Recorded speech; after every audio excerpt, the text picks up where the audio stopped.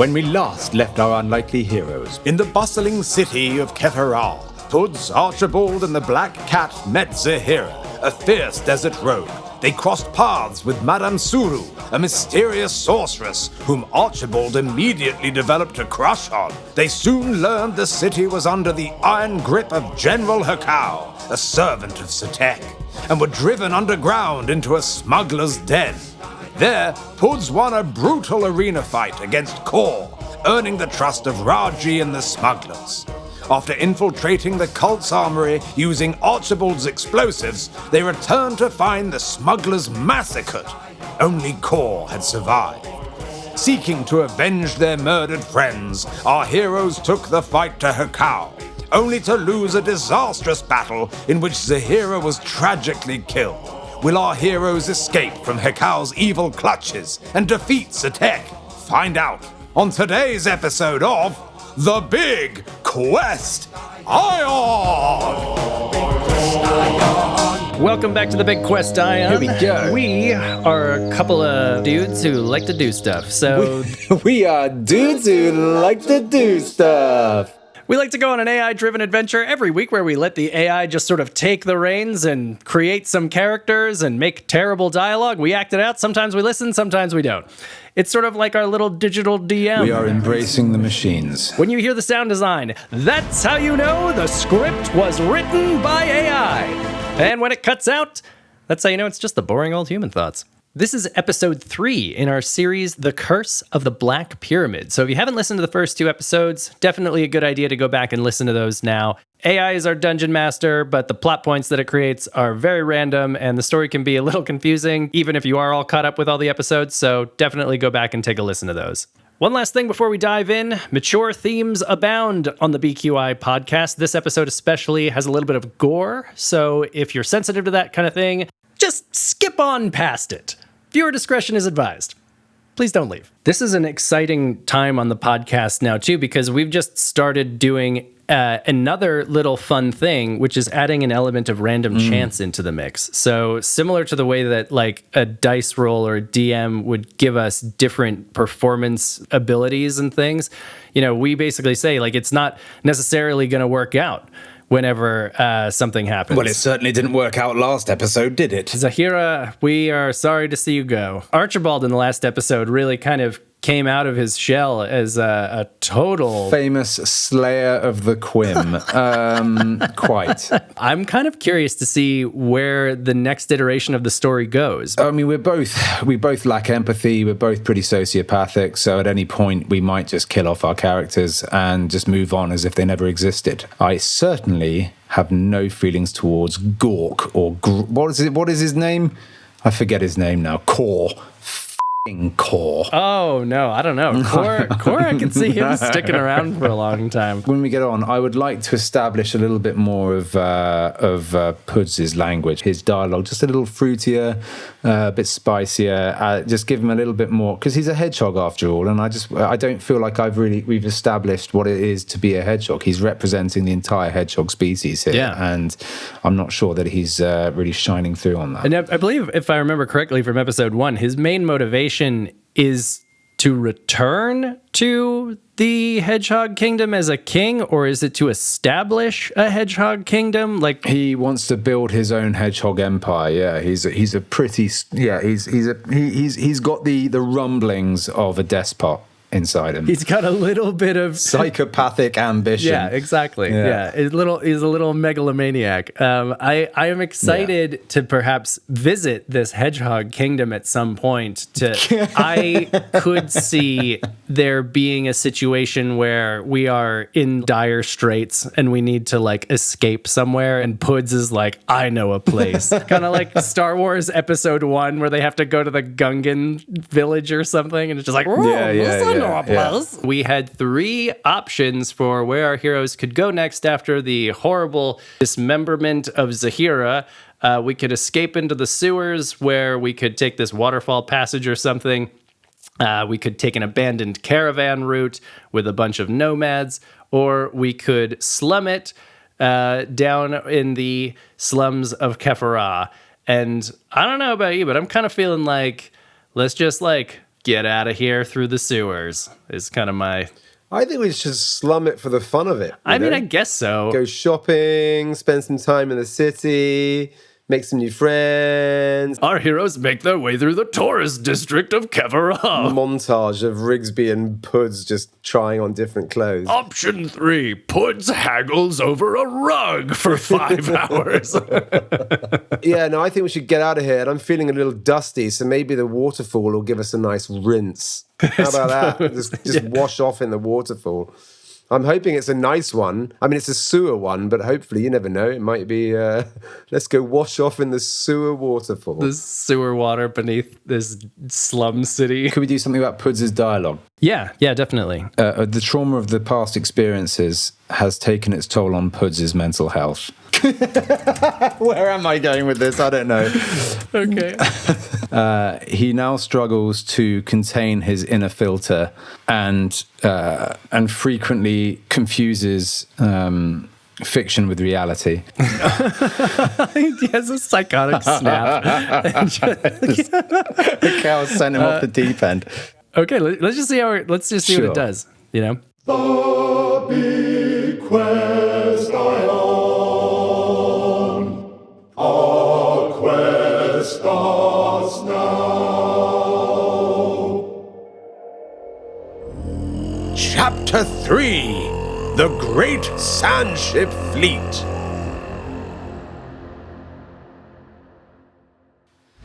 The walls tremble with dark energy as Hekau stands triumphant, his body crackling with the essence of Setekh. The room is heavy with the stench of burnt flesh and death. Blood pools at their feet, Zahira's lifeless body sprawled in a grotesque heap. Puds, Archibald, Khor, and the Black Cat are frozen, paralyzed by loss and horror. Your fates are sealed. Kneel before Setekh or share her fate. The chamber rumbles violently. A massive rift cracks open in the floor. Beneath it, an abyss of swirling black sand, writhing as if alive. It hungers. The ground. Look at the ground. We need to move. No, you gotta do that again. The cat's a little bit of a Scooby-Doo ghost. We need to move. The ground. Move. Hekau raises his hands, summoning spectral chains that shoot toward them. Not today, you bastard! Archibald hurls a final explosive vial at the ceiling above Hekau. Boom! The explosion sends massive stone blocks plummeting from above, crashing down between them and Hekau, cutting off his line of sight. Cowards! You cannot run from destiny! The heroes don't wait to find out what happens next. They turn and sprint towards the tunnels, Zahira's death burning in their minds. The stone passage trembles as Hekau's magic surges after them, the shadows stretching unnaturally, reaching, clawing. He's trying to swallow the tunnels whole. That is a highly unscientific, but alarmingly accurate description. The walls collapse behind them. Massive black tendrils lash out from the abyss, trying to pull them into the void. Oh, holy... Oh, hang on. Is he big still or is he small? I'm guessing he's... What is he? I think he's probably big now, right? big. Yeah, he's probably beefed up. Oh, holy quill-dripping llamas! I knew this was going to happen. The story always goes this way. First it's a boss fight, then the floor collapses. Next, a chase scene. What's next? A dragon? A space laser? Oh, Puds is losing it. He's grieving in his own way. Just keep running. They leap over a widening chasm. Puds lands, rolling clumsily. Archibald stumbles, but Khor catches him. Black Cat leaps effortlessly. Black Cat leaps effortlessly. Oh my God, it got me. Effortless. Didn't you guys invent this language? Mate. Hang on, I got it. 1, 2. Black Cat leaps effortlessly. Yes. Behind them, the tunnel is no longer just collapsing. It's disintegrating into pure void. Where the hell do these tunnels lead? Into a dead end. Unless we take the waterfall passage. The what now? Jump. Ahead, the tunnel opens to a massive underground waterfall, cascading down into the darkness. Oh, no, this is too much. Too cliche. This is where someone usually gets a leg injury. I refuse to have a leg injury. Puds. Jump. With no time to hesitate, they all launch themselves into the abyss. They plunge into freezing water, tumbling violently as the current drags them downstream. The tunnel collapses entirely behind them. Hekau's magic can't follow into the water. They thrash through the rapids, gasping for air.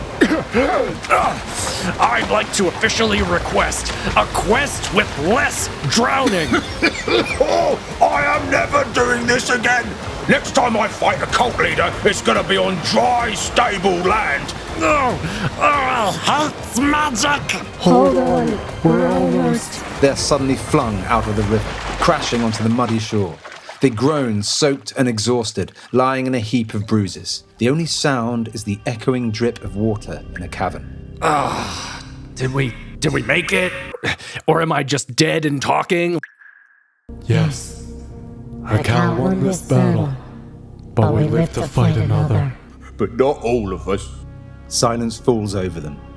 Zahira is gone, and the weight of their loss crushes them. Puds stares up at the cave ceiling, eyes twitching slightly. His mind is fraying, reality blurring at the edges. What have we done? It's all a story. A story with no happy endings. No reset button, just the same old damn script. Don't worry, Puds. We'll write a better ending. Is there a part of you I can pet without stabbing myself? I'm just here. How about this? Ow. All right. I wanted you to finish off with the same line so I could carry on. Don't worry, Puds. Even though in this episode we seem to be highly aware of the fact that we're characters in a story that's being told by a narrator and Rein it in. All right. Just Rein such it in. on-the-nose commentary about it. It's gonna be okay, Puds. We'll write a better ending. Oh, will we? Will we really? Maybe next we'll find a magic sword and then we'll face the final boss and then it turns out I'm the hero of destiny. I am so tired of this. He kicks a rock furiously into the darkness. It echoes for a long, long time.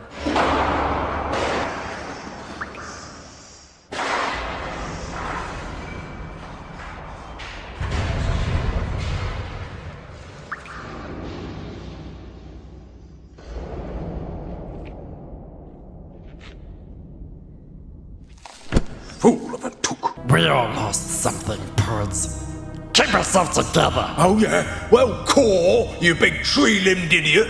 Have you ever questioned if you're even real? Because let me tell you, my head feels like a damn storybook that I can't close. We need to rest. We need to rest and decide where to go next. Choices! Option A. Seek out Madame Suru. If anyone understands what just happened to Puds, it's her. She may also have insight into where Setekh's full body is buried. Option B. Hunt down Hekau's remaining followers. They're scattered and vulnerable. Now's the time for revenge. They may have documents or maps revealing Setekh's next target. Option C. Venture into the desert for answers. Legends speak of a hidden temple of the forgotten pharaohs who once fought Setekh. There may be clues to stopping his resurrection permanently. Choose wisely! We'll be right back after these messages. Are your medical bills piling up? Are you thinking to yourself, I don't want to take a pill for that. I would rather buy a rock. Well, come down to Madame Suru's crystal shop. Amethyst for that ugly mole on your face. Tourmaline for your bowels. Rose quartz for, a growth on your toe? Something, it works for something. Madame Suru's crystal shop. Why visit a dock when you can buy a rock? Welcome back to the Big Quest, Ion. We have 3 choices that we could make. We could either seek out Madame Suru, hunt down Hekau's guards, or flee into the desert and, cue adventure. I know what you're going to say. I was going to say desert, but... I know what you think I thought you were going to say. But if you really want me to go back and try and bone Madame Suru... It depends how method you're going with frickin' Rigsby, the ultimate horn weasel. Oh, dearie me. I think actually randomly last episode, it kind of pushed us to the desert anyway, didn't it? I mean, I think there's something about the fact that we're kind of like the desert is a place where there are pockets of oases I'm all for and it. things. Yeah, no, and so it's the desert, isn't it? Yeah. Let's just say we'll follow C, and I'm going to make a note. Don't talk about the story as if it is a story anymore. You know, like, I don't know how to phrase it, but it's like, in what way? Make the dialogue better.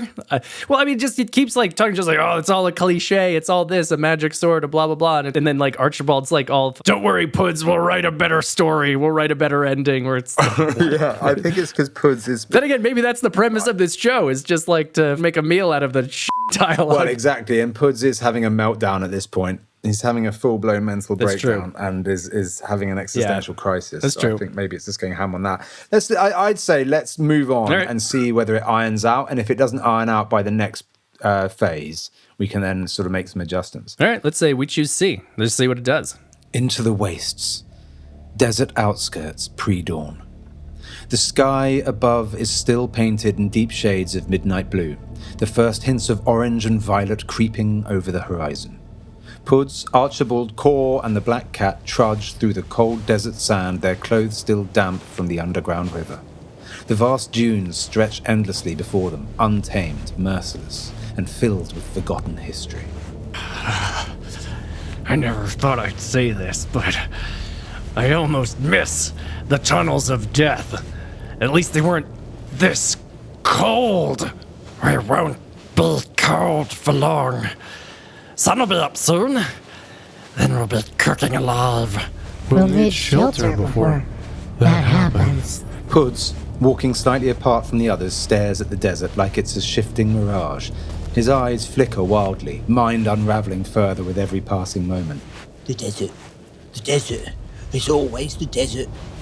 A backdrop too big to escape, stretching off into the nothingness, full of foreshadowing and narrative devices. Oh no, he really is linked in. He's like, you were right. It's so I mean, in a way, it's kind of meta. It's kind of funny to see how an AI renders out a psychotic break, because its version of a psychotic break is going meta. Is recognizing, Yeah, it's like fully meta and like not pretending anymore. It's kind of, I don't know. It's quite interesting. We'll just roll with it. Always the desert. A backdrop too big to escape, stretching off into the nothingness, full of foreshadowing and narrative devices. Buddy? You good? Yeah. Oh, yeah, I'm great. Archibald Mortimer Rigsby III, Just realising I'm trapped in the world's longest plot device. Oh, he's getting worse. And we don't have time for it. Oh, I'm sorry. Yeah, let me just turn off the part of my brain that's screaming nonsense at me. That always works, doesn't it? Oh, wait, no, it doesn't. All right.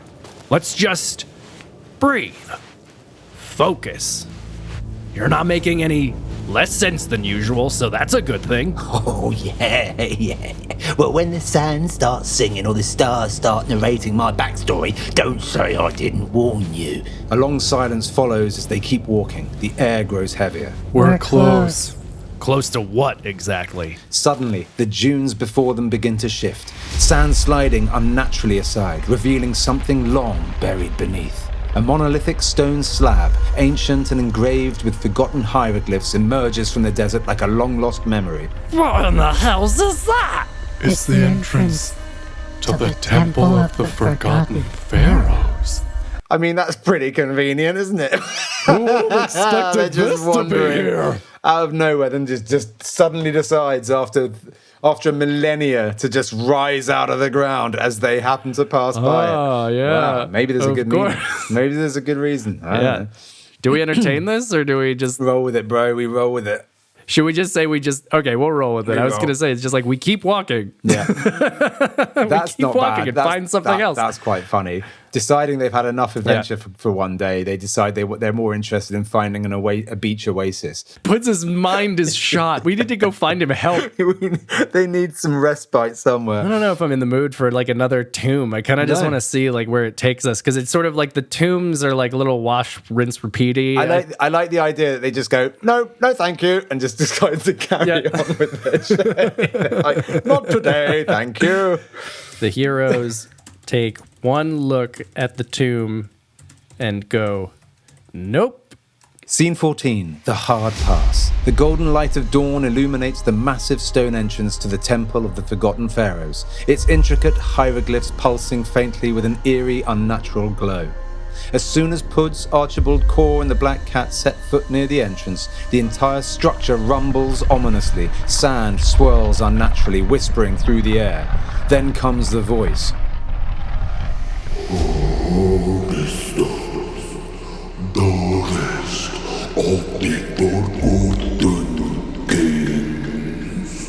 The temperature drops instantly. A thick, bone-chilling wind howls from the temple's depths. The hieroglyphs shift, no longer passive, but watching.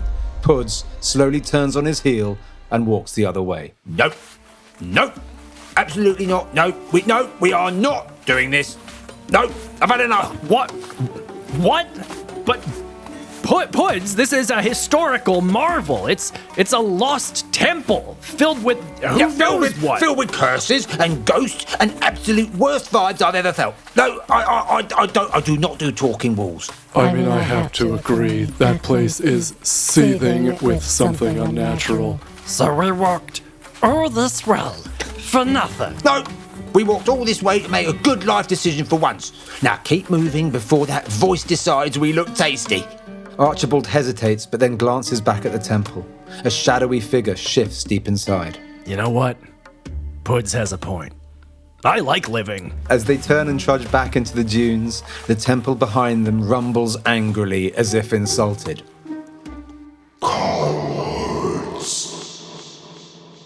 Exterior, desert wastes, midday.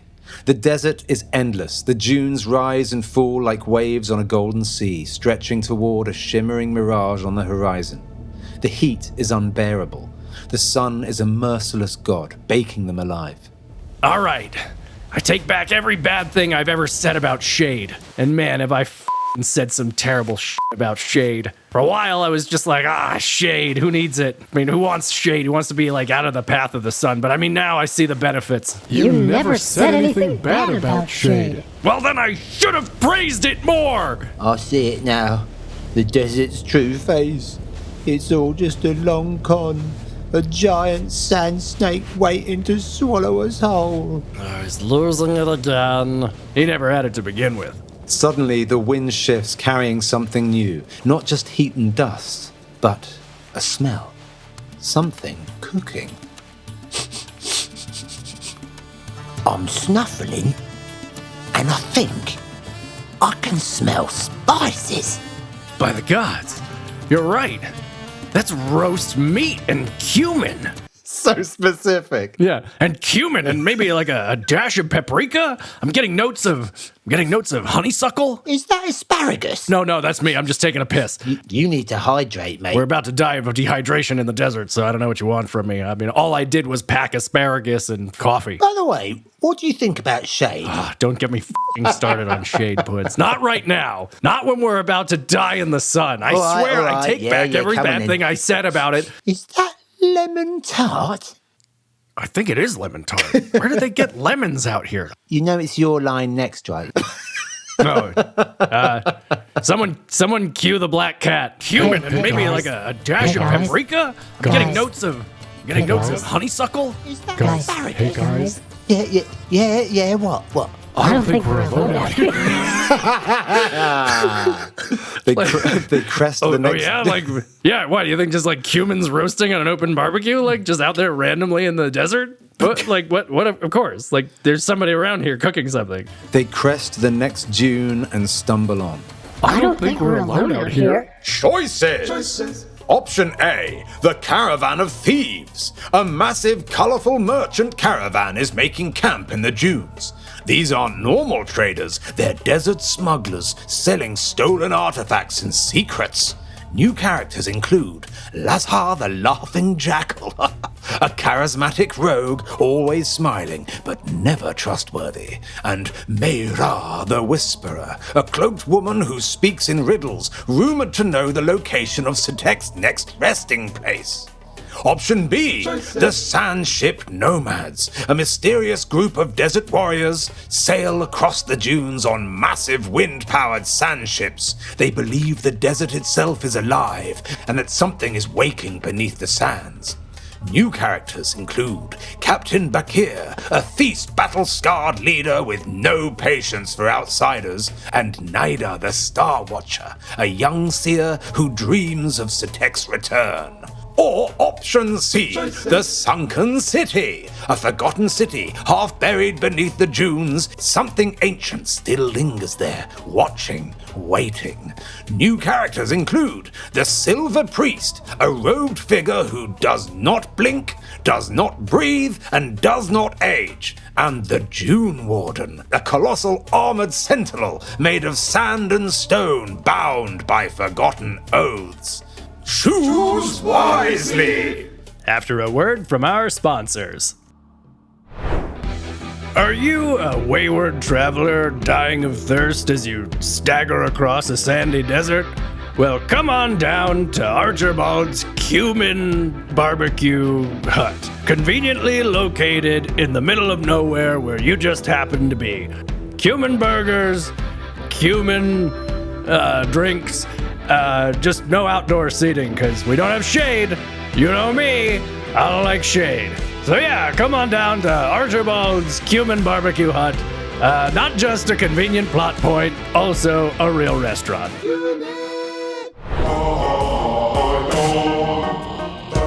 Back again with the big quest ion. We've got 3 possibilities for where our characters end up next. The first is that they stumble upon a group of smugglers in a caravan in the desert. The second is they stumble across a fleet of sandships, dope. Or C, they find yet another sunken city. These are all kind of fun. They're all kind of fun. I'm attracted initially to A, the Caravan of Thieves, because I both liked the 2 characters that they came up with. And it's always fun, you know, colourful smugglers. They're always up to trouble. You never know what they're going to get up to. But option B, the Sandship nomads, it encourages movement and it encourages kind of like journey and distance. You took the words out of my mouth, honestly. I was like, I am initially attracted to a caravan of thieves, but we also just did leave a city of thieves with a bunch of thieves, and Khor is technically a thief. I love a good thief adventure, but like I also think there's something kind of cool about the Sandship nomads. It's building out the world a little bit more than just like, all right, more desert thieves, you know? Yeah. The thing is, I'd feel sad to lose Lazar the Laughing Jackal. We could maybe make Lazar the Laughing Jackal one of the characters. We can do whatever we want. We could, couldn't we? Do option B, but include Lazar in that one. And okay, sweet. Yeah, let's do that. The sun bleeds into the horizon, painting the sky in deep oranges and purples. The wind howls through the dunes, carrying whispers of an oncoming sandstorm. Our exhausted heroes stumble forward when suddenly a shadow streaks across the sky. Then another and another. Archibald squints in the distance. Gliding over the dunes like phantom warships, massive sail-powered sandships cut through the golden waves, their sails catching the dying light like giant blades. Oh, hell yes! Sandship nomads. Well, they won't let us aboard. Well, that's why we need to make an entrance. I like where this is going. I'm glad he's cheered up a bit. A ridge overlooking Sandship nomads moments later. From their vantage point, they see the largest sandship, a monstrous twin-hulled vessel with curved sails that catch the wind like a desert predator's wings. Warriors in flowing blue robes and leather armor move across the deck. Near the bow, a battle-scarred warrior stands, arms crossed, watching the dunes with suspicion. Captain Bakir. At the stern, a young woman in deep purple robes studies the stars above. Her tattoos seem to glow faintly. Naida, the Starwatcher. And leaning casually against the mast, twirling a dagger with a cocky smirk, is Lazar the Laughing Jackal. I love it when strangers get themselves killed trying to board. Always entertaining. I was planning on doing like a Dutch accent, and then I ended up with, I love it when... hang on. I love it when strangers get themselves killed. I love it. I love it. Oh, it's French. Of course, Lazar is French. Of course, Lazar's a Laughing Jackal is French. Laughing Jackal, my beauty. I love it when strangers get themselves killed trying to board. Always entertaining. Back up on the ridge, Archibald lays out their plan. All right, listen up. The way I see it, we've got 3 options. 1, we negotiate peaceably, which, sounds boring, so I'm ignoring it. 2, use stealth, which Puds will ruin the second he loses his temper. So, 3, I think the only other remaining choice is to do something insanely reckless and incredibly awesome. You had me at insane. This is going to end in flames. Good. I like flames. The largest sandship passes beneath them at high speed. It's now or never. Archibald readies a coil of rope. Puds cracks his knuckles. Khor grips his axe. Black Cat sighs in resignation. On 3. No, wait, what about? 3! They jump. Should I just not count down? Yeah, I don't. That was so All right, ready? On 3. 3! We've got to remember, this isn't us, right? It's okay if the writing is mental. That's part of the joy of it. It's like, it's nonsensical. Sure. Everybody, on 3. No, wait, what about? 3! They jump. As the ship speeds below them, our heroes fly through the air. Archibald lands hard on a supply net, dangling upside down. Black Cat lands gracefully, of course. Khor crashes through a stack of barrels, roaring, and Puds completely overshoots the deck. Puds flies past the ship. Oh, God, I hate this plotline! Thwack! His quills embed in the wooden hull, leaving him dangling by his own spikes. I will kill you all. That's actually pretty clever. The fact that he gets stuck by his spikes. Yeah. The crew draws weapons immediately. Am I back here? Yeah, boy. Intruders! No, you can't just keep stealing from popular culture. You can't just... Intruders they are! Kill them! We Gollum. must! We've got Gollum and Yoda together in the same team. Oh, no. Captain Bakir! Kill them, I will! Oh, no. I think we're going to get All right, sued it might for take me a moment to work through this. I am Captain Bakir. Nice bit of Russian. Maybe he's like a little bit of a lilt, Like this is how he talks. Yeah. A little deep. Yeah. He comes from the eastern desert of Kamchatka. I love that we're just mixing every different... We have a multicultural desert on our hands. I'm feeling like, maybe we go with this. Intruders! Nomads swarm forward, curved blades flashing. I like them already. Wait! Don't stab us until we explain how cool we are! Khor throws a barrel at a charging warrior, sending them flying. That's not helping, Khor. Someone get me off this damn ship before I burst like a damn kettle of bad decisions. Naida the Starwatcher steps forwards, raising a hand. The crew halts. She studies them curiously, her violet eyes flickering like dying embers. Tell me, strangers, do you know why the sands shift differently tonight? Maybe because we're destined to meet. Oh, God, I've not been on the receiving end of your flirtations yet, and I have to say, it gave me a quiver. A nice little callback that I didn't even have to ask. Maybe because we're destined to meet. Clearly. Bakir scowls, but Lazar grins. Walking over, he crouches beside Archibald, twirling his dagger. I do enjoy a good fool, but I need a reason to not throw you all overboard. Let me go, and I'll give you a reason involving your spleen. See, I like him. All right. We have urgent knowledge about Setekh. The sands are moving because something ancient is waking. Silence. Naida stiffens. Bakir's expression darkens. The whispers were true. You dare bring that name here, onto my ship? I mean, not for fun. A heavy pause, then unexpectedly, Or let them speak. If they lie, we throw them into the storm. Fine. But if they bring Setech's shadow upon us, I'll cut them down myself. Yeah, that feels more like a future Puds problem to me. They're pulled onto the deck, officially welcomed aboard the Sandship. As the vessel glides forward into the desert night, the whispers of the dunes seem to follow. Something watches. Choices. Their next move aboard the Sandship. Option A. Gain Lazar's trust. The rogue smuggler knows things, but he won't talk unless they earn his respect. He proposes a high-stakes game of chance where the winner gets a hidden clue about Setekh. Option B. Seek Naida's prophecy. Naida, the Starwatcher, claims to have seen Setekh's next movement. But her visions are dangerous to hear. They may reveal a terrible truth. Option C. Prepare for an attack.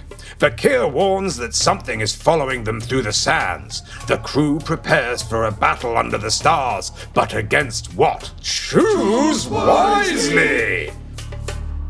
I'm thinking definitely A, but maybe we could say it ends with C. I was thinking exactly the same thing. So we gamble with Lazar, and then a battle ensues. They're going to gamble with the Laughing Jackal. If they lose, will they end up in shackles? Will they learn the secrets of the sand in the night? Or will they just end up in a fight? The Sandship deck, night. The massive Sandship glides effortlessly over the dunes, the wind filling its towering black sails. Overhead, the stars burn bright and watchful. At the center of the deck, beneath flickering lantern light, sits a rugged wooden table. Scattered across it are dice, marked bone tokens, and shimmering obsidian cards edged with golden symbols. Across from them, Lazar the Laughing Jackal lounges with a grin, twirling a dagger between his fingers. Around them, the entire crew has gathered, eager to watch the outsiders gamble their fate. Bakir stands behind Lazar, arms crossed. Naida watches silently, fingers lightly tracing constellations into the wood. You know, I do love a good wager. But if we're playing for secrets, we need proper stakes. He leans forward, grin widening. If you win, I tell you what I know about Setekh's next resting place. All right, well, that sounds fair.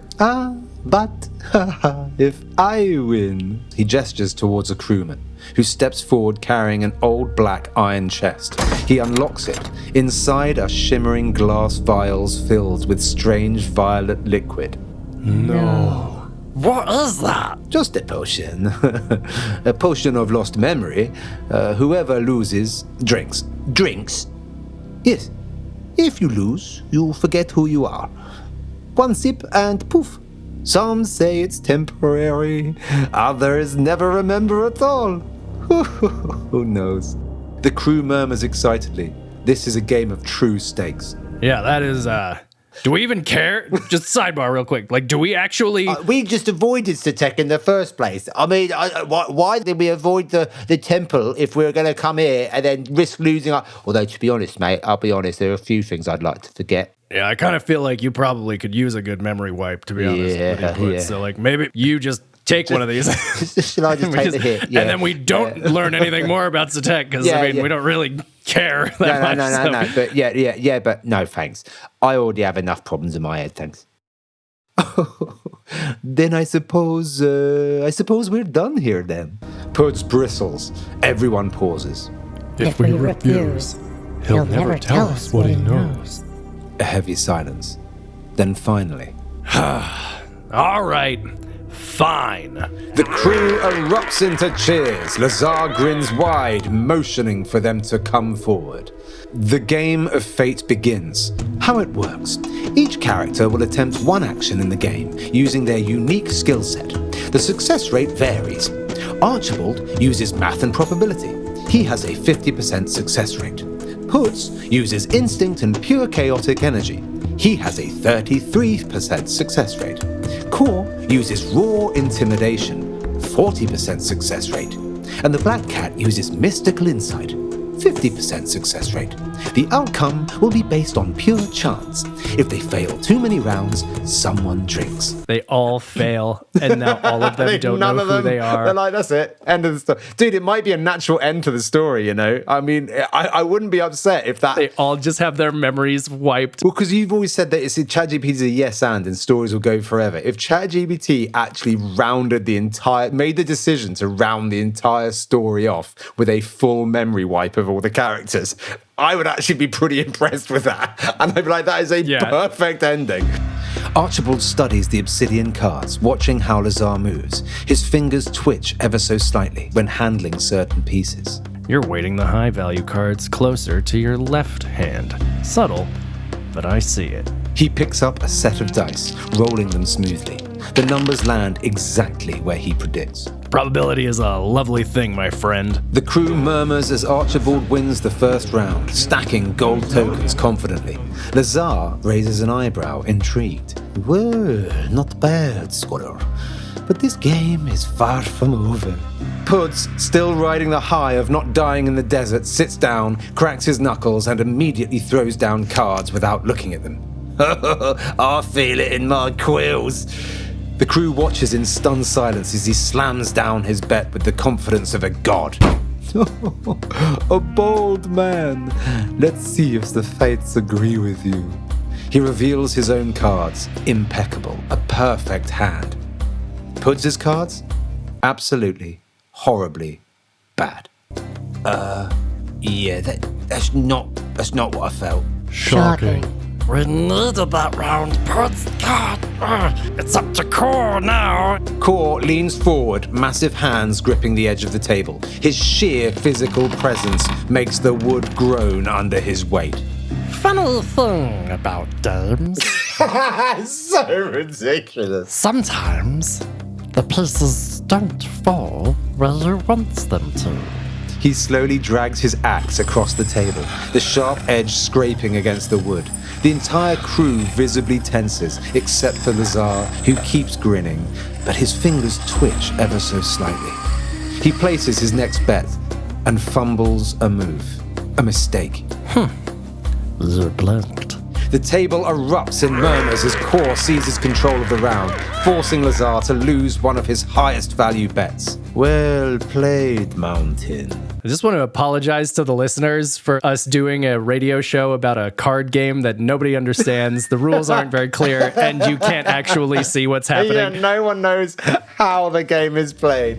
Black Cat narrows its glowing eyes, focusing on Lazar's subtle movements, his breathing, his micro-expressions. You play like a man who's never afraid to lose.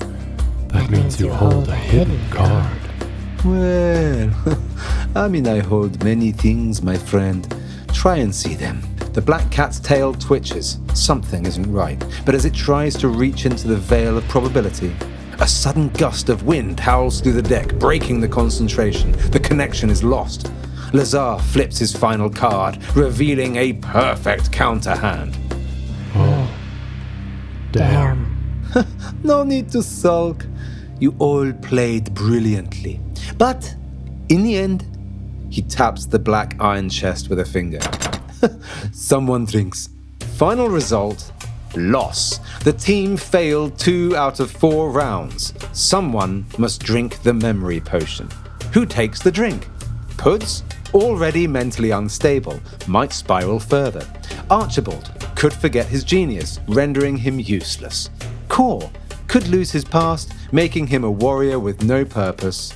And the black cat could lose its knowledge of Setekh entirely. Choose wisely! There is quite literally only one choice if we were on the side of our team. Who are you thinking? It depends on the journey we want to go on. But if we were actually thinking tactically here, the only option it would be the black cat. It would be Khor. The black cat has mystical knowledge. The black cat is our only tie to this thing in the first place. Khor, what the f*** do we know about Khor? He's just a big, muscly, weird golem dude. Him losing his memory, he'd be just as useful. But if the black cat was to lose its memory, then who knows where the journey will take us? Because that's Yeah, but the one. this is what I said. If we were on the side of our players, you just want to create chaos. There is something very funny about Khor not knowing who he is. So I think am so. into that idea. It almost creates a backstory for him without having to go back into his actual backstory, because his backstory becomes the fact that he's now lost his memory. All right, it's going to be Khor. Maybe he forgets how he used to talk as well and has a new accent. I don't know. I think it's kind of more of like a hardware problem than a software issue, in my opinion. The air hangs thick and electric with anticipation. The crew murmurs in hushed excitement, their eyes flicking between Lazar's victorious grin and the black iron chest containing the memory potion. Khor sits motionless, a mountain of a man, shoulders hunched, glaring at the small, fragile vial placed before him. The sad thing about this is Khor was one of the only ones that actually won. Khor sits motionless, a mountain of a man, shoulders hunched, glaring at the small, fragile vial placed before him. You know, we could run. No, a wager was made. We must honor it. Oh, yeah, sure, yeah. Let's all just honour the rules of the man who scams for a living. Maybe, just maybe, we should also give him our organs for fun. Khor raises a hand. Silence falls. He picks up the vial.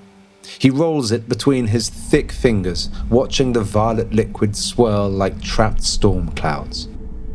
I fought in wars before my first build group. I don't remember the first life I took, but I remember the last. A boy couldn't have been older than 16. He had a fear in his eyes when I split him open, like he had just realized the world wasn't going to be kind to him. The crew listens spellbound. Khor rarely speaks this much. Every night since, I see the faces of the men I've buried, the villages we burned, the banners we tore down.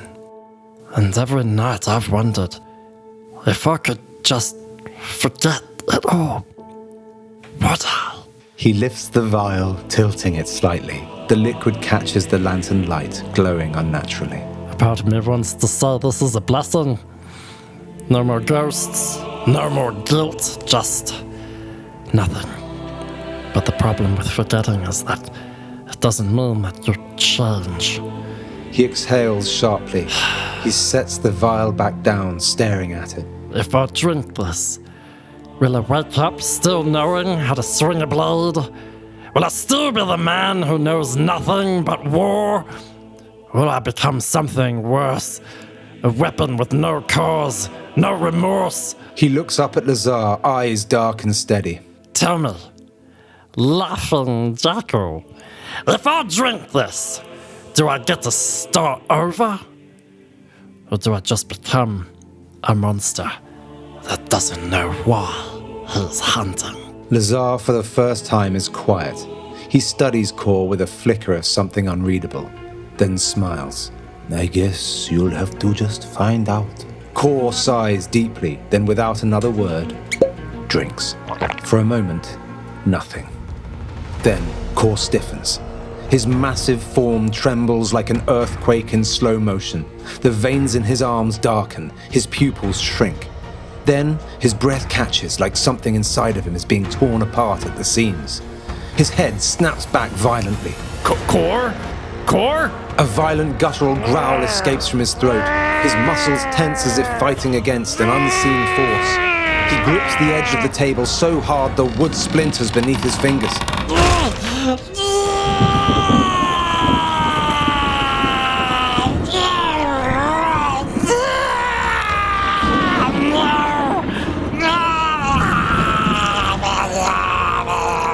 It's erasing him. Holy flesh-melting sand spirits, make it stop! Then, silence. Khor sits still. The trembling stops. He blinks, once, twice. Then, he slowly looks up. His face is blank, empty, like a man waking from a dreamless sleep. Who are you people? No, just kidding. Who are you people? A heavy silence. Oh, shit. A sudden blood-curdling screech cuts through the desert night. The crew jerks to attention. Naida whispers, horrified. Something is coming. In the distance, the sand shifts. Then, something rises from beneath the dunes. Dozens of shrieking skeletal figures, their eyes glowing with unholy fire, begin charging towards the sandship. To your battle stations! Well, this just got interesting. The attack begins. Choices. Survival under the stars. Option A, defend the ship. Stand their ground and fight the creatures directly. The sandship is outnumbered, but they have cannons and archers. Option B, flee into the dunes. The creatures seem endless, fighting may be suicidal. They abandon the sandship and make a break for higher ground. Option C, trust Khor's instincts. Though he remembers nothing, Khor's muscle memory remains. Can they guide him back to himself through combat? Choose wisely! We'll be right back. Hey everybody, it's Taylor from the Big Quest Eye, and I've got an actual commercial for you for once. I'm here to talk to you about joining us on Patreon, where you can get access to extra content like outtakes, you can vote on the next stories that we tell, you can even just buy us a beer if you want to. These podcasts are really fun to produce, but they're also a lot of work, so if you're interested in supporting the show, it would mean the world to us. Where am I? What the? Hey, who are you? I don't know! What? Who am I?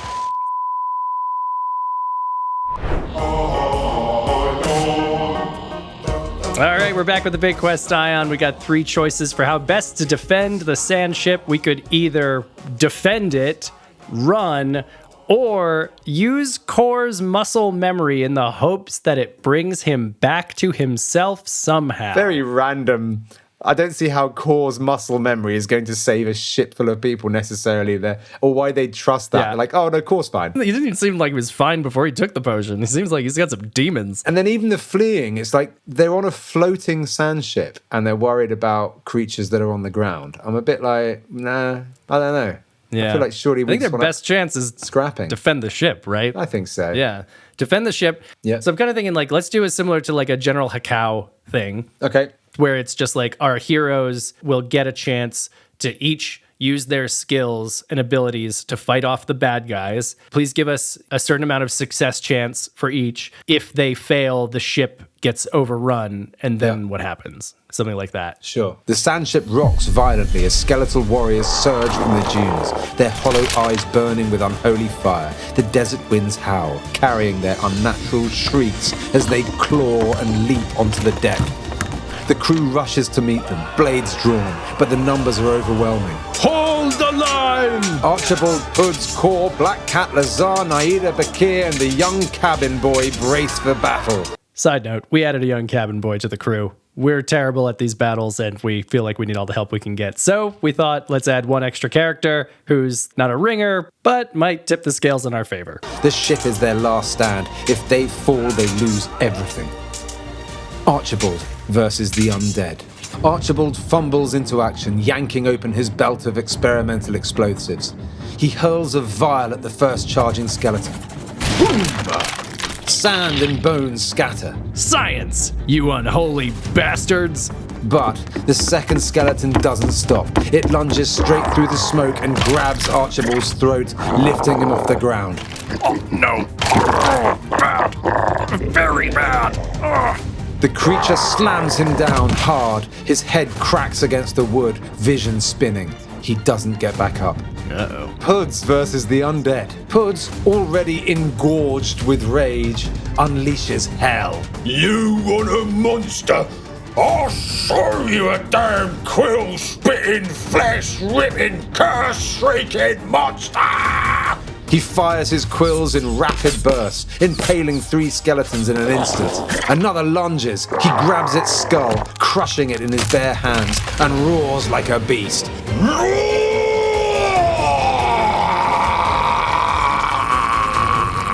The undead hesitate. Yeah, that's right. Come get some! Khor, still hazy and lost in the void of his forgotten past, grips his axe. but his movements are slow, uncertain.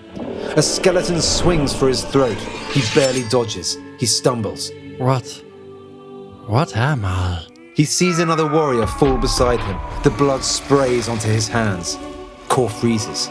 The past and present blur together. The skeleton doesn't hesitate.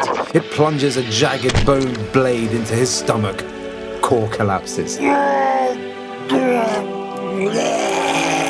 Jesus. Is Khor gonna die?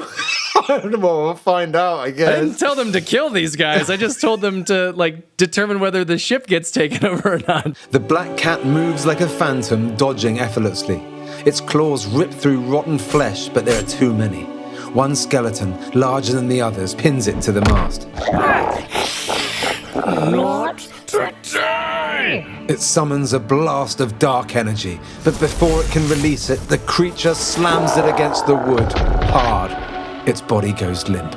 Lazar fights with effortless grace, laughing even as he cuts down foe after foe. I have cheated kings, I've stolen from priests, and I've walked free from 1,000 death traps. And you think this will kill me? He twists his blade, severs a skull from its spine, and kicks another warrior overboard. Another skeleton swings. He ducks, pivots, counters. Perfect. Then a spear flies through the air. It impales him through the back. Oh no! His smirk fades. He stumbles to a knee. Blood pools beneath him. What the fuck is going This on? is a massacre! This is outrageous. So far, Puds is the only one. Are they all dead? I guess Puds is going home now. Puds goes back to the Hedgehog Kingdom. That's the next story. Bakir fights like a warlord of old. His massive blade cleaves through the skeletons at once. He fights until his arms bleed, until his legs tremble. Then, a dozen more enemies swarm him at once. He disappears beneath a pile of clawing, snarling dead. Naida stands at the ship's wheel, calling on the stars. Guide me. Guide us. Her eyes glow. A pulse of energy erupts from her palms, sending a dozen undead flying. Then, the largest of them all, a towering skeletal warlord, rises from the dunes. Naida gasps. It plunges a black blade into her chest. Her vision fades to stars. Oh my god! Every single character is getting just ripped to shreds. Right, I want you to be the cabin boy, and you've got to do it in your best little London Cockney boy accent. The young cabin boy Ash grips a rusted sword. Shaking, he watches his heroes fall one by one. A skeleton looms over him. He closes his eyes. I'm not afraid. He lunges forward, but the creature catches his blade with ease. It lifts him into the air And tears him in half. His scream is cut short. Oh my god. Oh man. I genuinely thought they might make him the hero. Oh my god. So, are they dead? This is the roller coaster we signed up for, baby. You get on it, you gotta be on it till the end. The undead overwhelm the ship.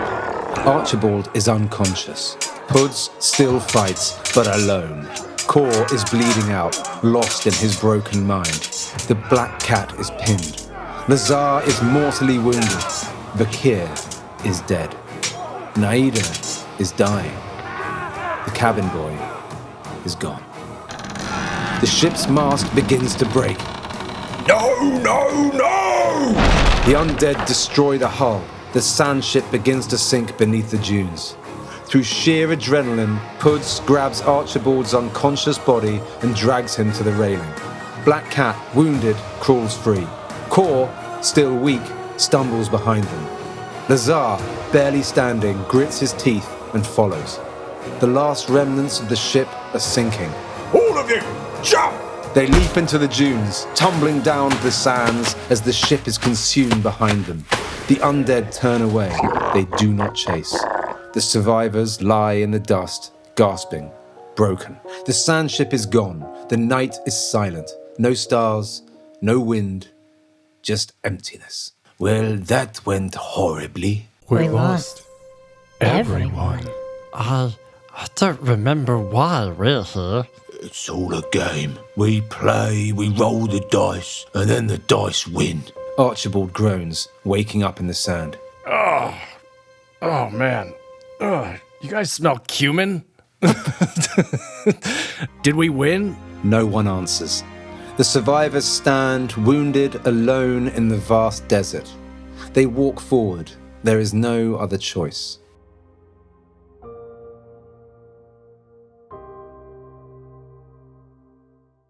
Choices! Survivors of the wreckage. Option A, search for a settlement. There must be a village oasis or outpost nearby, surely. They are wounded and desperate. Option B, follow the stars. Naida left behind her notes conveniently.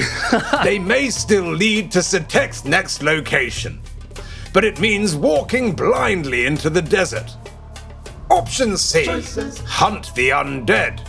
Puds refuses to let the creatures walk free. He demands revenge. Choose wisely. Wow. All right. Well, I guess people who are listening to this episode have a lot to think about this week. And if you didn't get enough of your BQI fix this week, head on over to Patreon and get yourself some exclusive perks and extra content. And we'll see you next week on the Big Quest.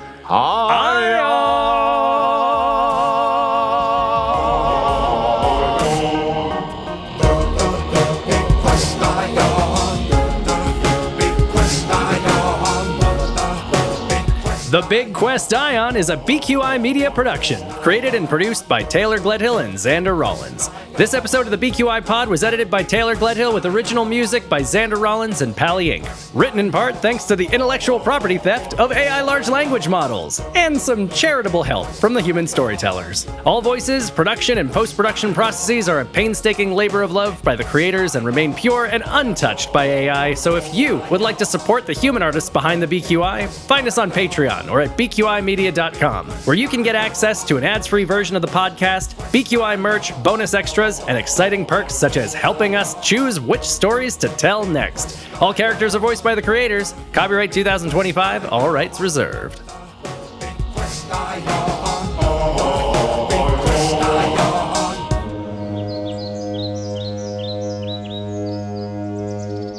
Grumpy and miserable, everything's It's wrong. just a lot of faffing.